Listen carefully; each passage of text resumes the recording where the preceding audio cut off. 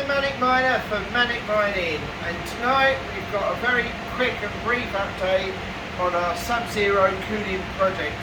We've now decided to use the bigger compressor on the fairly conventional water cooling reservoir. We've now got the evaporator inside that with just some plain water.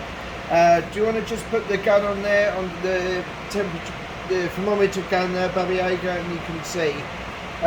What do you think we're there at the moment? About minus 20 around there? Minus 21. So obviously there's no way we can get any type of pipe in there, where we obviously need a return pipe going back inside the reservoir. In addition to obviously a pipe to obviously go, it's a suction pipe to take it into the water block and then return it back in there. So we're going to need a bigger reservoir. The other thing is to consider, as that gets ever colder, that's probably likely to crack. You can probably see the frost already forming on the outside of the reservoir there. If I just run my finger down there, you can actually see this. It's quite cold. You can actually see frost on the outside. So that's a shame. It would have been nice to pass that through the water block of the GPU and seen the frost on the water block of the GPU and then switch that on and see a negative temperature being reported. So we just need to get a pump, you know, and get that set up. So hopefully Babiaga will be able to get a pump tomorrow. We're going to go out and do some shopping and see what we can find. Sure.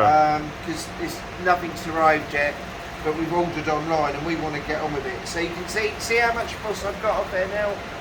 It's so cold. So I can actually, look, I'm actually scraping that off. That's really cold.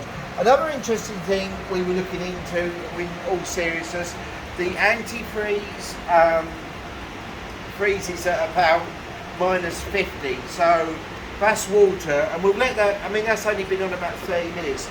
Probably the whole lot will freeze. So we might try that with some antifreeze tomorrow and see how that gets on.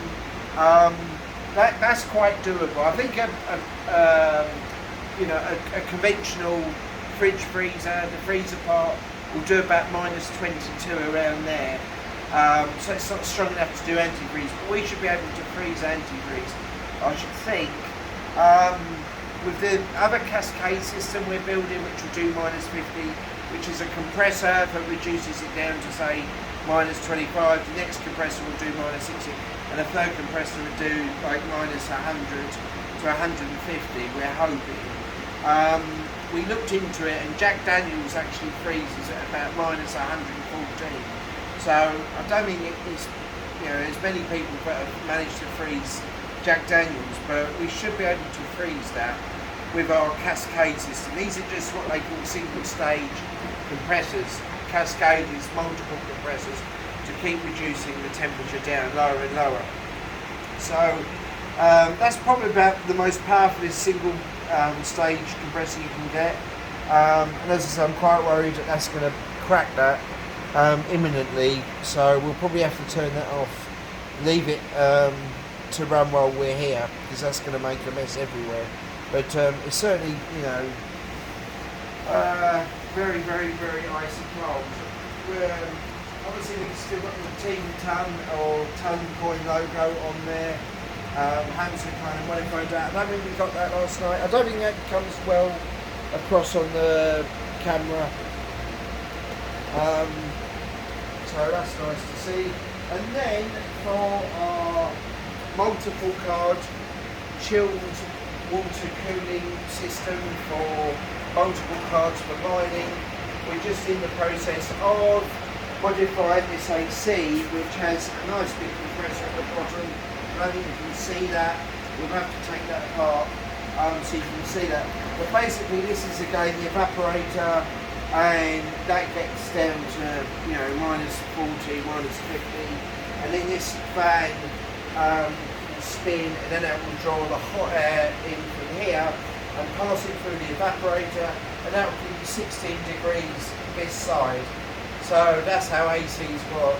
They just pass hot air through an evaporator, which is obviously powered by the compressor, and there's a condenser in there and other bits and pieces depending on the. So that's you know going to be what we're going to do is we're going to disassemble this and then we're going to put that whole evaporator in a freezer box. We're going to put the water in there with some antifreeze, and then you know it's complicated to explain, but there's two sides to it. There's obviously this, you know, lowering the temperature, which is kind of like speed on the car. So getting the temperature down to say -20, -30 is one side, but actually containing the heat load is kind of like torque on a car. So it's like a high-speed car, like a Ferrari, and then a JCB digger. So the speed is representative of the lower temperature, but then when you've got the lower temperature down, you've got to have some grunt there to hold the heat load that it's trying to battle with and trying to fight with.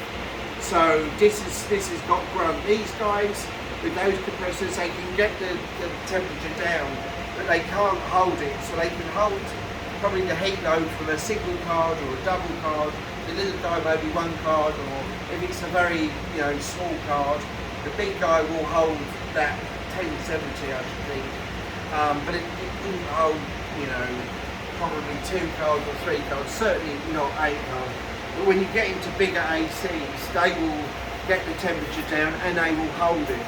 So obviously that can't fit in a typical water cooling reservoir. So that will go in as I said, a freezer box, and then we pump that around 4 cards or 5 cards or whatever we can do. And then if that one isn't big enough, we've got this other guy here, which is, I believe, this is a 3 kilowatt one. I don't know what the specification is up there, but he's much bigger. So let's move him out of the way.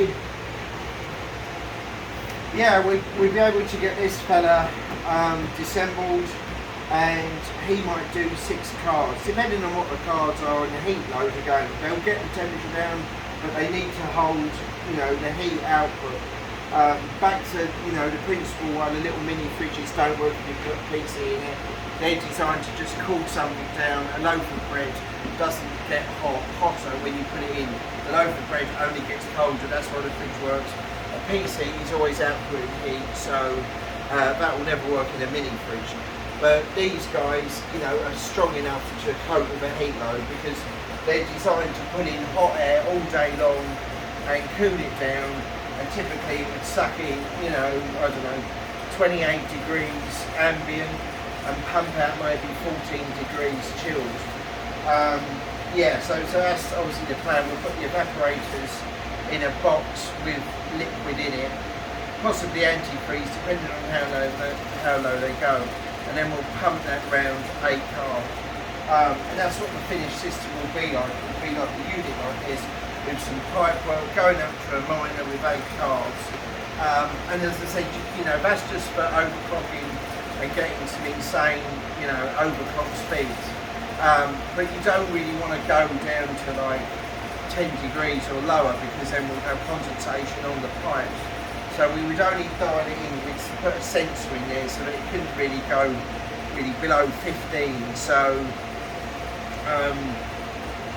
that would be fine. You'd get a decent overclock on that, and it's definitely worth doing, a definite improvement. Because that's it. If there's no improvement or substantial improvement in the whole thing's point. It's going to cost money as well in electric to run it. So that's why you have to kind of test everything to make sure there's a point to it all at the end of the day. So that's just a little progress report, and we'll do another video tomorrow. Hopefully we'll get the pump, and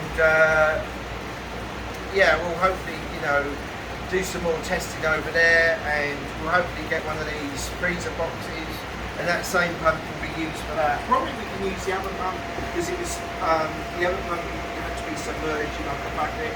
So the other pump will probably be okay. Probably need some more pipe work. So yeah, we'll be back to testing the GPU tomorrow, which is the interesting bit.